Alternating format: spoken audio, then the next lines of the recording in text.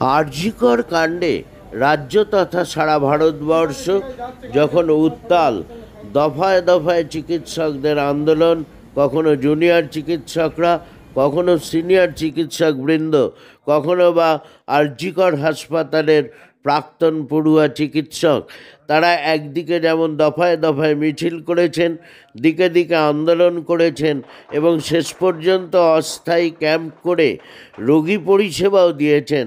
পাশাপাশি এই জঘন্য পাশবিক নারকীয় ঘটনার বিচার চেয়ে প্রশাসনের পাশাপাশি দেশের সর্বোচ্চ ন্যায় আদালত ও কেন্দ্রীয় তদন্তকারী সংস্থার দ্বারস্থ হয়েছেন সেখানে একেবারে উলট পুরাণ ডানকুনিতে।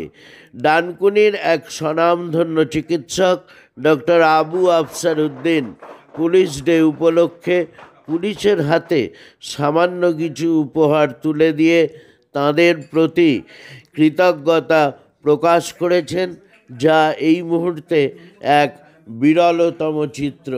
এবং শুধু তাই না, ডাক্তারবাবুর এই কৃতজ্ঞতা প্রকাশের চিত্র ডানকুনি তথা বিভিন্ন থানা এলাকার অধিবাসীদের কাছে পাথেয় হয়ে থাকবে, এমনটাই আশা করছেন নাগরিকবাসী, এলাকাবাসী। এবং তার পাশাপাশি ডাক্তারবাবু নিজেও বলছেন এক প্রশ্নের উত্তরে যে পুলিশের প্রতি আমাদের কৃতজ্ঞ থাকা উচিত, কারণ এই পুলিশের জন্যই স্ব থানা এলাকায় থানা অধিবাসীরা তারা নিশ্ছিদ্র নিরাপত্তার ভেতর জীবনযাপন করে। এমনটাই কিন্তু এই পুলিশ ডে উপলক্ষে জানাতে ভুললেন না ডানকুনিরই এই স্বনামধন্য চিকিৎসক ডক্টর আবু আফসার উদ্দিন।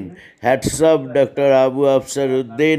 এভাবেই আপনি আপনার শ্রদ্ধা কৃতজ্ঞতা আবদ্ধ করে ডানকুনিবাসীর কাছে এক অনন্য নজির সৃষ্টি করুন এবং পাশাপাশি পুলিশ প্রশাসনও আপনার এই উদ্যোগকে কুর্নিশ জানায়।